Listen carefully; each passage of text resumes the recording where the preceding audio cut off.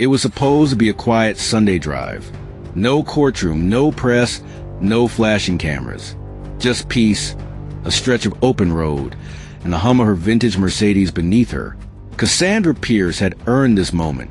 After 20 years in the justice system, from public defender to state prosecutor, she'd finally shattered the glass ceiling and become the first black woman appointed as Attorney General in her state's history. But to Officer Bradley Knox, none of that mattered. All he saw through his windshield was a black woman in a luxury car doing 37 in a 35. That, and an opportunity to remind someone who he thought was out of place exactly where she stood. She saw the red and blue lights flicker in her rearview mirror like a warning from a history book. Her jaw clenched. She eased the car to the shoulder. No sudden moves. Hands visible. Window halfway down. Cassandra had written policy on police reform, had met with families of victims, stood before press conferences with dry lips and damp palms explaining why some officers were still in uniform. But today, none of that mattered, because Officer Knox didn't recognize her face.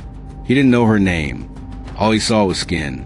He strutted toward her window like a man stepping onto a stage, one hand on his holster, the other dragging a flashlight over her windshield even though the sun was high and unfiltered. "License and registration," he said, before even greeting her. She reached into her glove box slowly, methodically, heart thumping the same rhythm it had the first time she got pulled over as a law student in a borrowed car. "Is there a problem, officer?" she asked calmly. He smirked like her composure offended him. "You were going a little fast. In a neighborhood that doesn't get much traffic from outsiders." She raised an eyebrow. "Outsiders?" He didn't answer, just chuckled and leaned a bit closer. "Nice car. Yours." His tone dripped with something sour, like suspicion dressed in sarcasm. "Yes," she replied plainly, handing him the documents.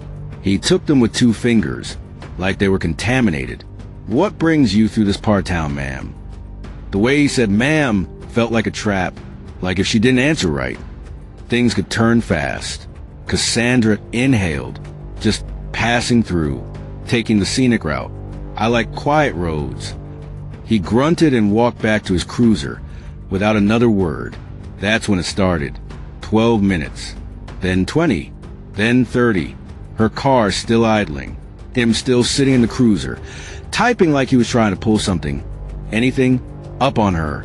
She watched him in the side mirror. He was smirking. He was laughing to himself. He was calling someone. Reinforcements? Backup? For what?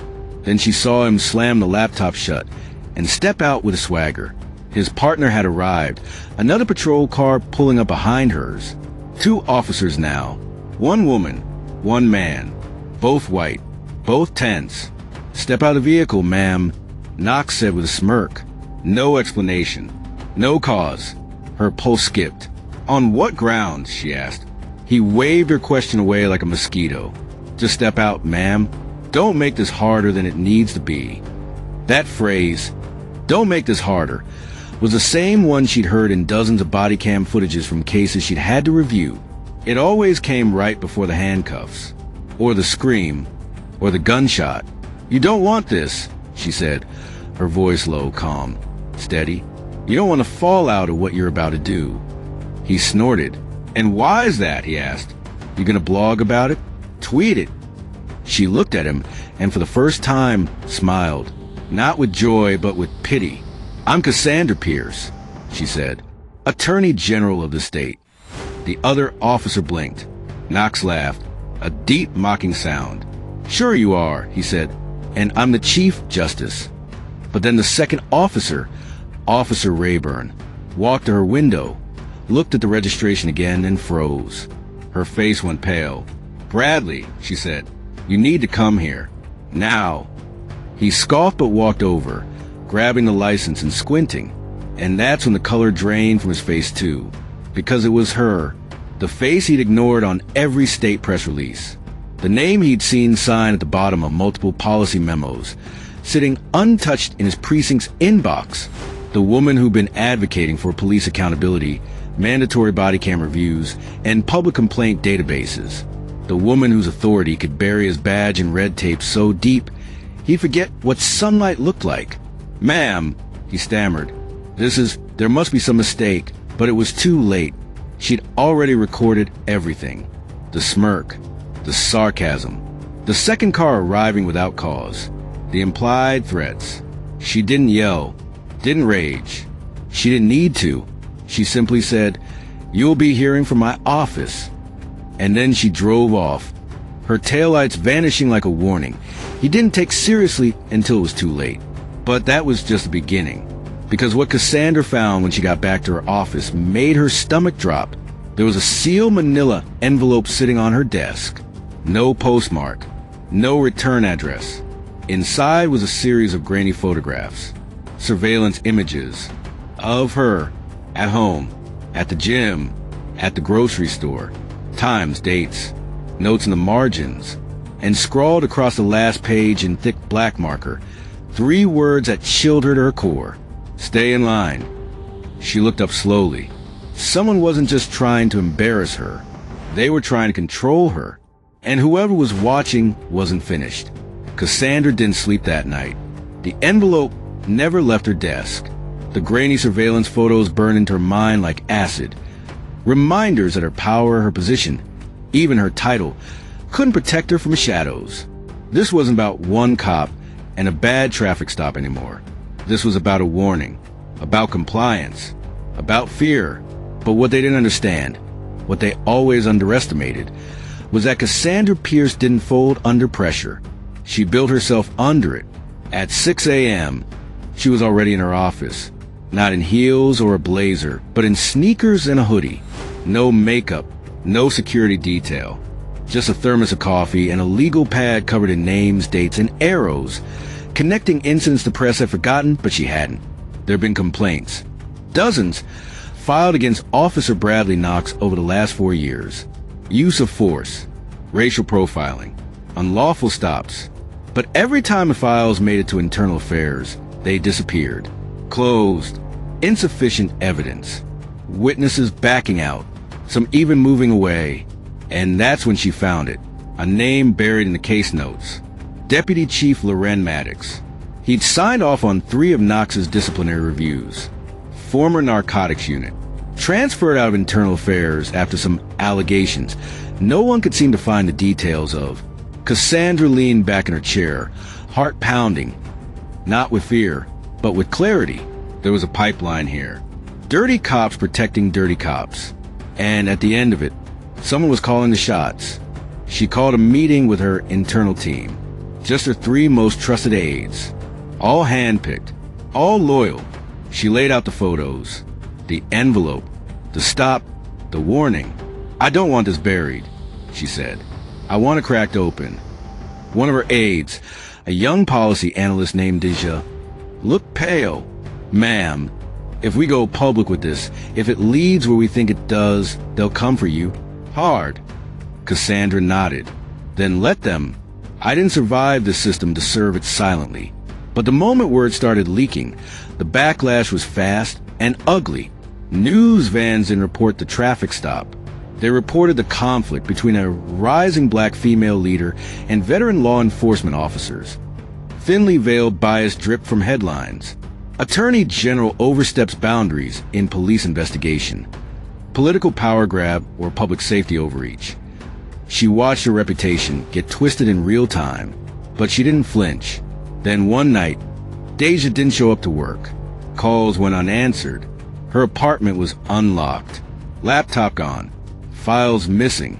And written on a sticky note stuck to Cassandra's own office door in the state building. "You were warned." The state police offered to assign protection. She declined. "I'll take private security," she said. "I want someone I trust watching my back."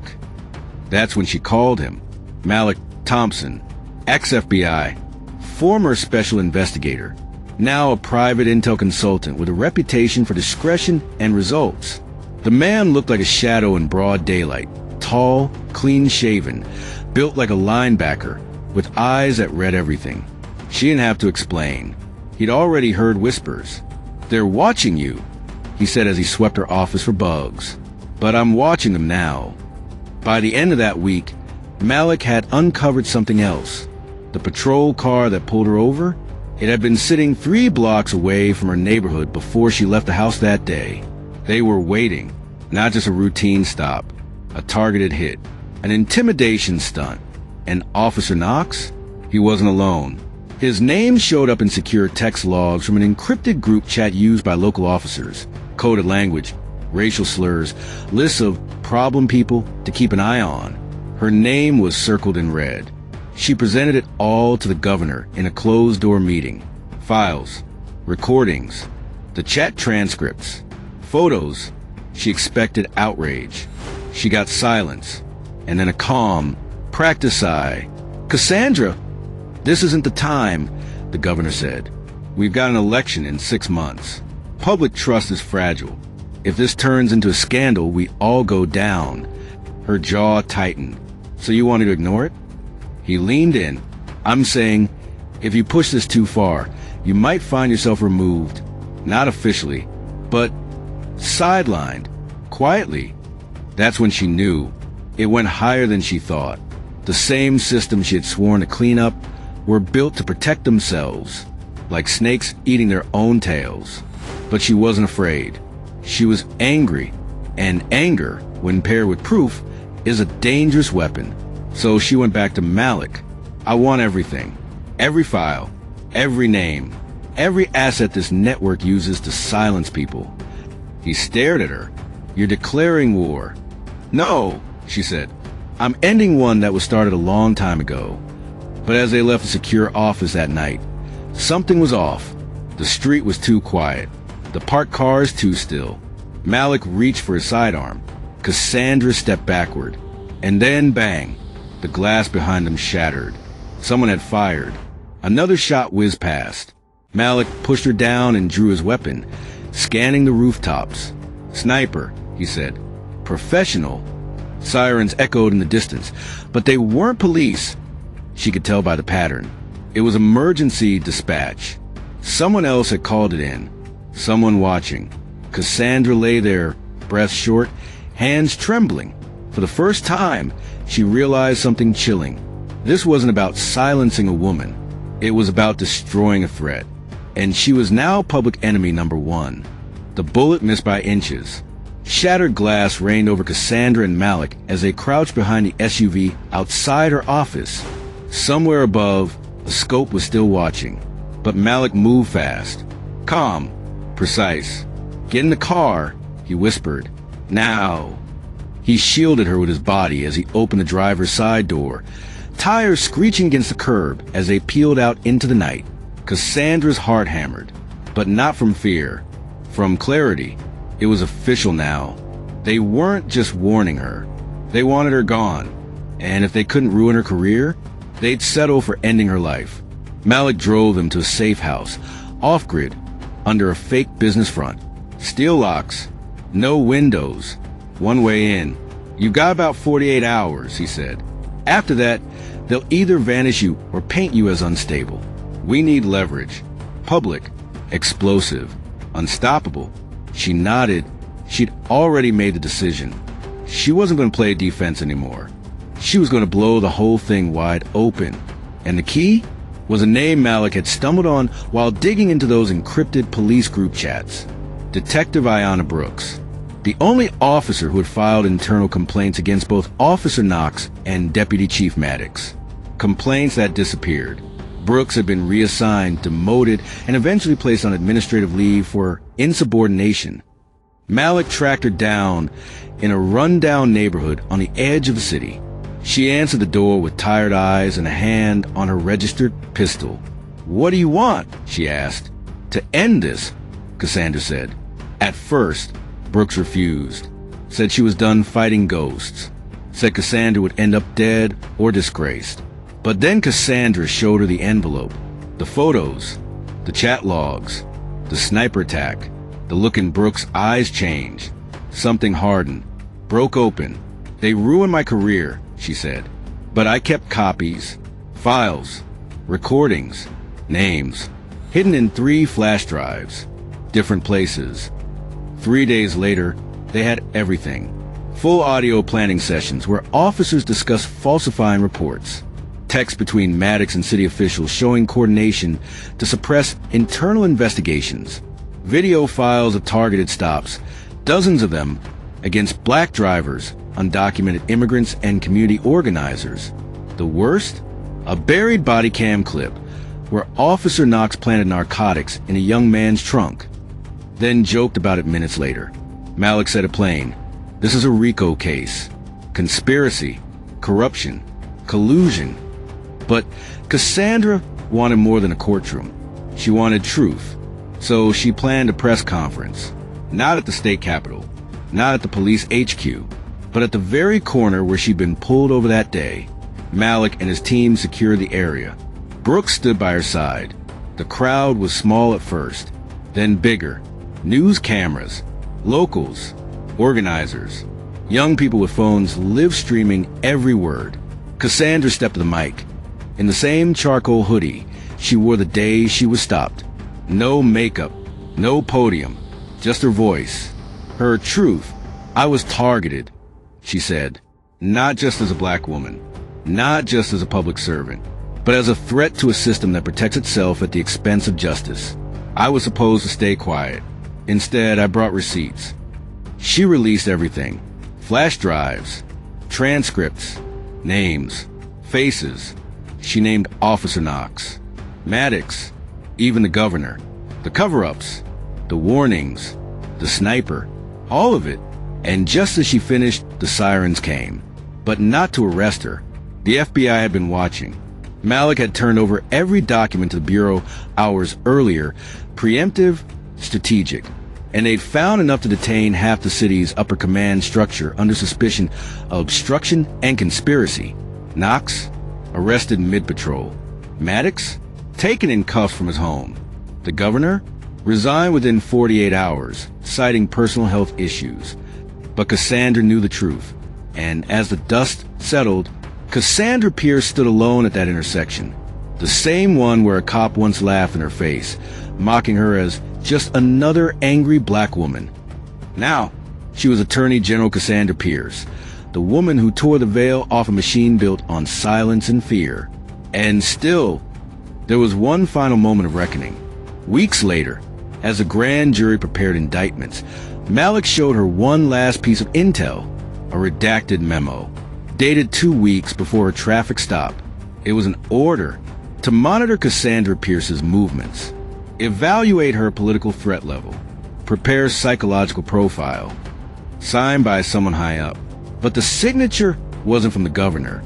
It was from a federal liaison, a name she didn't recognize.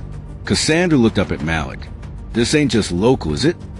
He shook his head slowly. No, Cass, it never was. She closed the file, took a breath, and smiled, because now they knew she wasn't going anywhere. Hit that like button, subscribe for more stories that matter, and let's keep the conversation going.